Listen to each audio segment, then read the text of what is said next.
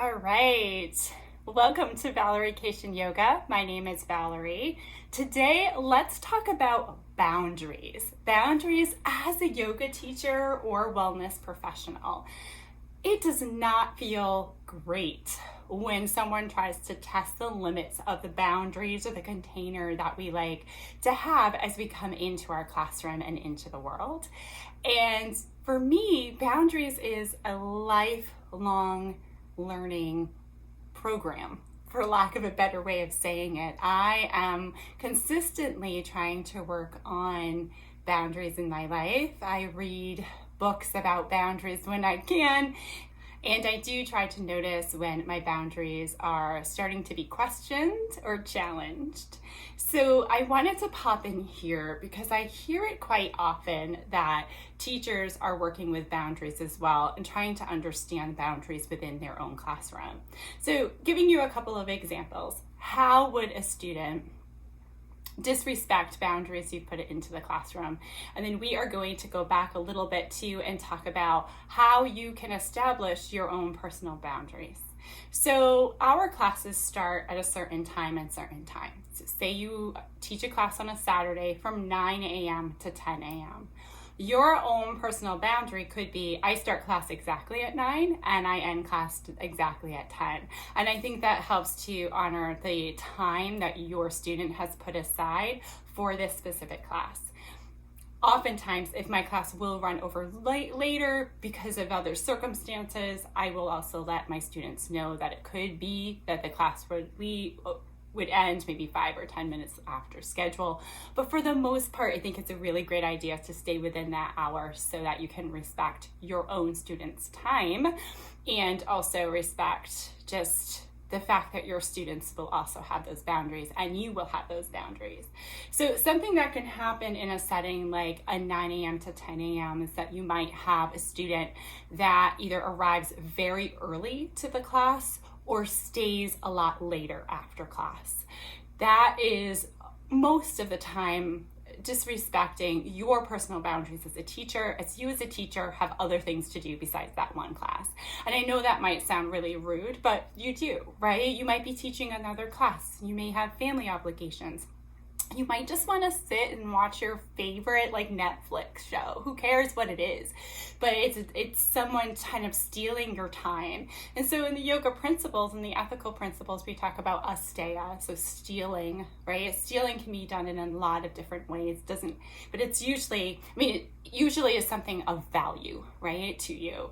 And so asteya, if we look at that and we look at the stealing of time, we all have a limited amount of time on this earth. So when that time is stolen from us, that is really precious stuff that's taken away.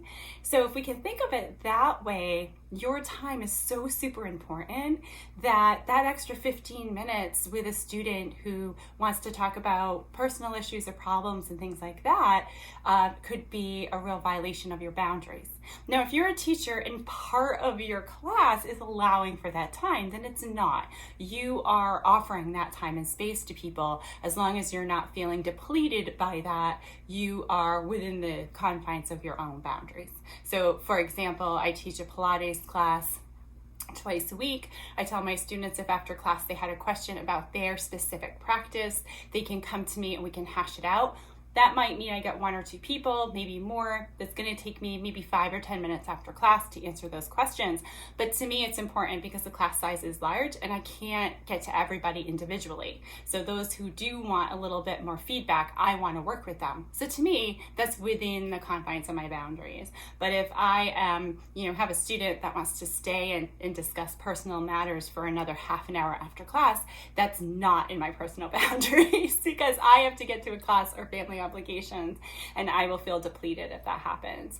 So those are some things that I think about when we're talking about classroom types of boundary situations.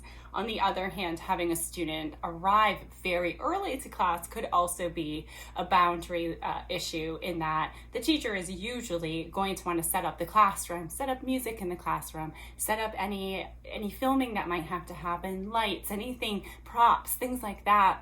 And having someone show up to class 20 minutes early or something before class may limit the teacher's ability to be able to do that and to center themselves in order to be the best teacher. So oftentimes you can put up a sign that says like teacher preparing or something like that if you would rather have a little bit of space. Another option is to arrive to your class at maybe 10 minutes before class and let people know as they're coming in that you're setting up for class. I don't think that's an ideal option, but sometimes that helps if you have someone who consistently comes like 20 minutes before class, and when you're not there 20 minutes before class, you come in 10 minutes, you're occupied with some other things, and that might send a message. But again, that's a little more passive way of doing it, but we all have a different approach to these things. And like I said, I'm working on these boundaries too, so I am trying things out here and there to see if they work and what happens with those within those boundaries, right? So yeah, as a teacher too, boundaries can be physical boundaries, right? So how close you get to your students, if you offer hands-on assists to your students, what those assists are. And hands-on assists is a whole different topic when we talk about consent, making sure you get consent from your students. And also if you have a student that requests hands-on assists, but that you are not offering that, letting your student know that you do not offer hands-on assists, and maybe knowing a couple of other teachers that do, just in case that person really does want hands-on assists in the class and that's important to them, right? So we want their experience to be good too, but if your boundary is you don't do hands-on assist and you have a request for one, I don't want you to feel like you have to do that for that student. It's more about just letting them know other teachers that offer that, because there's always someone who offers something that you don't. And those teachers, just keep them in your Rolodex so you know who to suggest for them as a student. So let's get into how you can develop your boundaries. And before we do, I do want to touch on one really important thing: communications outside of the classroom. I have had issues where I get a lot of email from students outside of the classroom. Some of them I'm fine, I'm answering questions and things like that. I've had students that continuously email me or message me on social media, and that I'm a little bit more hesitant to explore, simply because I want to be available to students in the classroom and I want my own free time to be my own, but I also want my work time to be to develop classes that are really great for those students that come in. So I think it's absolutely okay to answer a question here and there if you are comfortable with it and that's within your boundaries. However, if it's going into a personal nature and that's not where you want to go with communications with that student, or if it becomes so much of your time, then I think it's certainly fine to say, hey, look, if you have a question, let me help you in class and try to figure that out for you and with you, and also reminding them that your time that you spend on your work time for class is usually in class preparation, so you can create the best class for them possible. So I think if anything, that allows them to know that you really do value the work that you're doing with them, but that you need time to prepare to do that work. And I think that's okay to say to a student, and if your student is non-receptive, then you may have to take further action or talk to the studio that you work with about what to do in a situation where you have a student that will not discontinue communications or respect your boundaries. So I did want to mention that. I'm absolutely not against having conversations with students outside of the classroom. I think they can be valuable. I think it's a really great way of building community. It's just recognizing when it's excessive, or just recognizing whether you're comfortable with that or not, because you might not. You might only want to answer those questions in the classroom, and that's also absolutely okay. So how do we establish these boundaries? I think what is really important for us as teachers is to identify with what is okay in our classroom and then what is not okay in our classroom. And one of the exercises I have done, if I've taken a piece of paper and I've written on one side of the page, okay, and I've written on the other side of the page, not okay. And you can categorize that as well. So you could have not okay, okay, while I'm teaching, like during that teaching hour. Outside communication could be separate, social media could be separate, or you can just have it all together if you want to as well. And just be very clear with yourself what is okay and what's not okay for you in your boundaries. we're not talking about what's okay and not okay for your student. It is up to your student to let you know their boundaries. So when we go back to hands-on assist, if you use consent cards or you ask for consent at the beginning of the class, that student's responsibility is to tell you whether or not they're okay with the hands-on assist at any point during that class, and your responsibility is to be accepting and understanding of what they need, right? So within limits, obviously. So when we're talking about boundaries and writing out those lists, you're looking at your personal boundaries in your classroom that you are teaching, because quite frankly, for that hour, this is your space. You're helping people along, of course. You are leading movement, of course, but this is your space, your container in the classroom.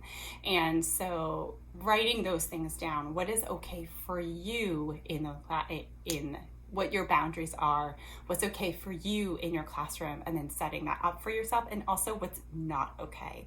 Because knowing what's not okay is like, okay, so now I know if someone crosses the line and they go into the not okay category, that is when a conversation may have to happen, or you might have to talk to the studio owner if it's something that's a very negative situation for you or for other students. So writing it all down really can be helpful. So start there and see how it goes. And then, enforcing boundaries is a separate issue, but at least start with knowing what those boundaries are, how you can, establish those boundaries within the classroom, and, start to think about that. And then let's do a part 2 sometime about how we can enforce and better establish those boundaries. So I am learning along with you, but I did want to offer you some ideas of things that I have done that's been successful for me in my classroom. And I really hope that you consider these boundaries and what they might be for you. And thank you so much for joining me today. Thank you.